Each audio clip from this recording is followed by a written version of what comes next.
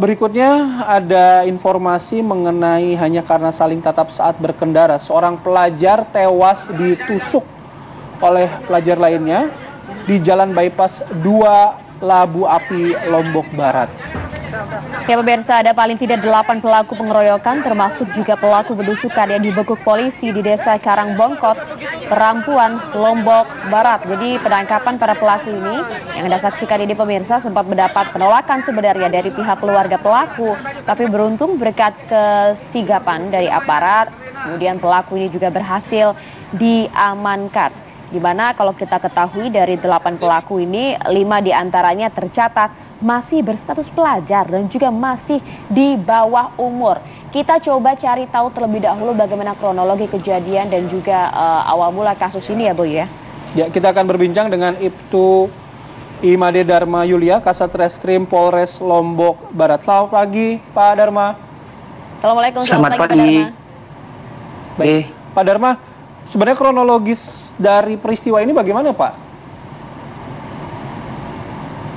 Bang Bayu dan Mbak Maria, kami sampaikan kronologis kejadian terjadinya kasus kekerasan terhadap anak yang mengakibatkan korban meninggal dunia, di mana diawali dari pelapor saudara MFI bersama korban inisial JR dan teman inisial MR itu mengendarai kendaraan dari arah Mataram menuju Lombok Barat.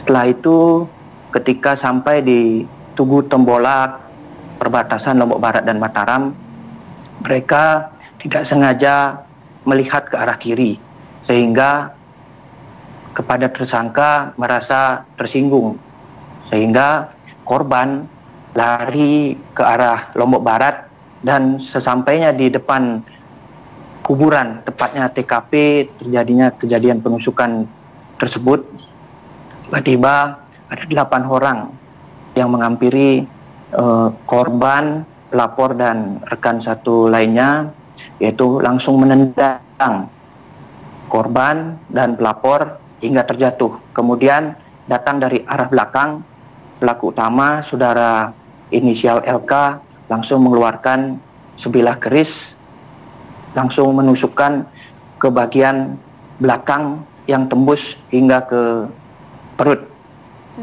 Ya, Pak Dharma, tadi ada ketersinggungan ya dari pelaku. Apakah memang saat itu korban dan rekan-rekannya menampakkan gestur-gestur yang tidak bersahabat begitu Pak, sehingga hanya saling menatap saja kok bisa menimbulkan emosi dan akhirnya membunuh korban?